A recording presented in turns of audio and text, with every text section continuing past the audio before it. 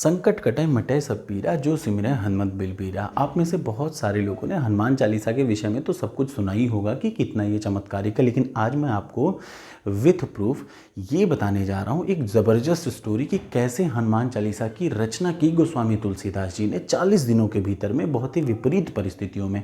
तो पहला प्रूफ जो मैं पहले आपको बता दूं कि मैं ये सोर्स कहाँ है, तो पहला सोर्स है क्या, एक बहुत बेहतरीन राइटर थे फिलिप ल्यूडगेंडोर्फ ने किताब लिखी Hanuman tells the message of a divine monkey. और दूसरी चीज़ जो कैम्ब्रिज यूनिवर्सिटी, बहुत पता है तीसरी चौथी रैंक की यूनिवर्सिटी है, कैम्ब्रिज यूनिवर्सिटी ने एक रिपोर्ट निकाली warriors aesthetics and Indian empire के नाम से। इन दोनों से ये कहानी ली गई है, ध्यान से सुनिएगा। आप सभी को पता है कि गोस्वामी तुलसीदास जी और अब्दुल रहीम खाना या सिंपली कहा जाए तो रहीम जी किसके समकालीन थे, अकबर के समकालीन थे।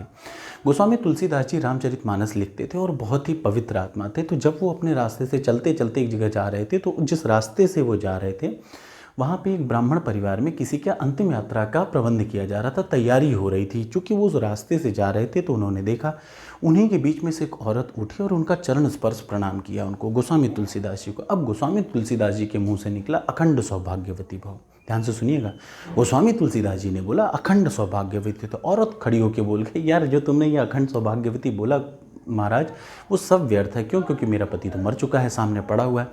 गोस्वामी तुलसीदास जी ने बोला, देखो आज तक मैंने जीवन में कभी कोई झूठ नहीं बोला, तो मेरी आज की बात भी कभी झूठ नहीं हो सकती। तुम सब बैठ जाओ और आंख बंद करके राम राम का जाप करो। अब जितने लोग भी वहाँ बैठे हुए थे सब आंख बंद करके राम राम का जाप करने लगे। थोड़ी ही देर हुआ और एक गजब का चमत्कार हुआ। वो जो सैया पे लेटा हुआ ब्राह्मण था वो उठ के बैठ गया। अब जब कभी किसी के प्रत्यक्ष, जब आपके सामने कोई ऐसी आश्चर्यजनक घटना होती है तो वो 2 मिनट भी नहीं चुभती, वो वैसे चलती है जैसे जंगल में आग। तो ये घटना बहुत तेज़ी से फैली और पहुंच गई कहाँ, किसके पास, अब्दुल रहीम खाना या जिसको बोला जाए रहीम जी ने तुरंत जाके ये बात अकबर को बताई। उस समय का सबसे खतरनाक अकबर राजा। अकबर को पता चली तो अकबर ने कहा, यार ऐसा कैसे चमत्कार हो सकता है, मैं मान ही नहीं सकता। बोला बुलाओ उस जिसने ये चमत्कार किया उसको बुलाओ, मैं देखना चाहता हूँ। तो उन्होंने तुलसीदास जी को बुलवाया। चूँकि तुलसीदास जी साहित्य रचना में बहुत मशगूल थे, उन्होंने इन सब चीज़ों पर ध्यान नहीं दिया और उन्होंने इसको हवा में ले लिया कि यार चलो फर्जी बोल रहा है, क्यों जाए, आज मेरे पास टाइम नहीं है, मैं अपने में काम में मस्त हूँ। अब भैया अकबर को बुरा लग गया कि बताओ मैं इतना बड़ा शहंशाह मैं बुला रहा हूँ, यहाँ आ नहीं रहा, कैसा आदमी है। तो उसने तुरंत अपने सिपाहियों से कहा उसको बंदी बना के लाओ। तो तुलसीदास जी को बंदी बना के उनके सामने पेश किया गया। तो उसने बोला, तुलसीदास जी तू बता कैसा चमत्कार कर सकता है, मुझे भी तो करके दिखा, आखिरकार किस किस्म का तू चमत्कारी है। तो उन्होंने कहा, मैं कुछ नहीं करता हे राजन, मैं कुछ भी नहीं करता, ये सब मेरे प्रभु श्री राम की कृपा है, मैं कुछ भी नहीं करता, मैं तो बस उनका एक सेवक मात्र हूँ। अब अकबर और गुस्सा आ गया, कहता चल ठीक है, तो राम के सब कुछ राम जी करते हैं ना, तो हो हिम्मत, तो मैं तुझे बंद कर रहा हूँ। तो तुरंत अकबर ने उनको उठाया और फतेहपुर सीकरी जेल में उठा के बंद कर दिया। कह तेरे को मैं बंद कर रहा हूँ, हो हिम्मत तो छुड़वा ले। अब वो तुलसीदास जी जैसे ही जेल में बंद, कहें ठीक है मैं जेल में जा रहा हूँ लेकिन मैं गुलामी स्वीकार नहीं करूँगा, तुम्हें जो करना हो कर लो, मैं अपना बात का साफ हूँ। तो जैसे ही उनको फतेहपुर सीकरी जेल में बंद किया, उन्होंने जेल में 40 दिनों तक हनुमान जी की प्रार्थना और अनुष्ठान करना शुरू कर दिया। जब 40 दिन तक उन्होंने प्रार्थना की तो 40वें दिन और उसके जस्ट बाद 41वें दिन वहाँ पे फतेहपुर सीकरी जेल, और ये मैं कुछ भी अपने से नहीं बता रहा हूँ, ये सारी चीज़ें इन्हीं ने, भाई साहब ने और इन दोनों ने लिखी हैं और ये उसी समय की हैं और जो कि फुल वेरीफाइड है अकबर के टाइम की। ध्यान से सुनिएगा। अब क्या हुआ, जैसे ही पता चला कि 41वां दिन पहुंच रहा है, वहाँ बंदरों की, कहा जाता है उस जगह पे बंदरों की भारी, 1-2 बंदर नहीं हजारों बंदर टूट पड़े। जो जहाँ दिख रहा था पूरे जितने उनके वो जेल के कर्मी थे सबको नोचने खसोटने लगे। अब तुरंत भड़ ये बात फैली कि भैया बवाल मच गया है, कहाँ फतेहपुर सीकरी जेल में पूरे बंदरों ने आतंक मचा रखा है।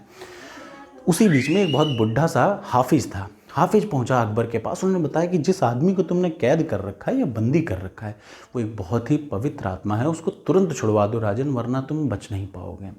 ये सच बात है, ये लिखा हुआ है। अब जैसे ही उन्होंने ये कहा तो भैया जब तुरंत अकबर भागा आया, तुरंत उनके पैर उड़ छुए और बोला, हे तुलसीदास जी मुझे माफ़ करो, मुझे पता नहीं था कि इतनी चमत्कार है।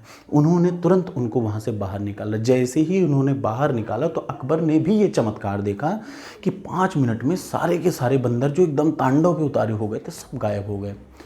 अकबर को अपनी भूल का एहसास हो गया। उसने तुरंत माफ़ी मांगी और कहा, हे तुलसीदास जी, मुझे क्षमा करिए। तुलसीदास जी ने उसको उसी समय कहा कि तुम ये पहले आदमी थे जिन्होंने कहा कि तुम ये फतेहपुर सीकरी इलाके को छोड़ दो और चले जाओ। उनकी बात को वैसे ही मान के अकबर ने एक फरमान जारी किया जो कि इस बुक में लिखा है, और उसने ये फरमान जारी किया कि आज के बाद राम या उनके भक्तों को कोई भी परेशान नहीं करेगा मेरे साम्राज्य में। ये अकबर ने लिखा। और तुरंत उनके कहने के अनुसार अपना फतेहपुर सीकरी चेंज करके कहाँ पहुँच गया? दिल्ली। कुछ लोग कहते हैं कि वहाँ पे फेमाइन पड़ा या वहाँ पे अकाल पड़ा, लेकिन ये पहली बात है जो कि एक अंग्रेज लिखता है उस समय का बारे में। कैसी लगी ये वीडियो आपको ज़रूर बताइएगा, और अच्छा लगे तो लाइक ज़रूर करिएगा। Thank you so much. इतनी चमत्कारी है यार। देखिए, हनुमान चालीसा, आप कैसी भी परेशानी में हो, दुनिया की कैसी भी परेशानी आपके पास आ रही हो, या कोई आप जेल में बंद हो, कुछ भी हो रहे हो, बस आप याद रखिए, आप सिर्फ हनुमान चालीसा का 100 पाठ करिए 40 बार। 100 पाठ 40 बार, 1-2 बार नहीं, 100 पाठ 100 बार हनुमान चालीसा। कितनी बार? 40 बार आप करेंगे। जब आप ये कर लेंगे तो आप देखेंगे 40वें दिन के बाद, मतलब 40वीं बार जब आप 100 पाठ कर चुके होंगे तो आपका वो काम हो चुका होगा। इस बात की पूरी गारंटी है। कैसा लगा ये वीडियो ज़रूर बताइएगा। Thank you so much.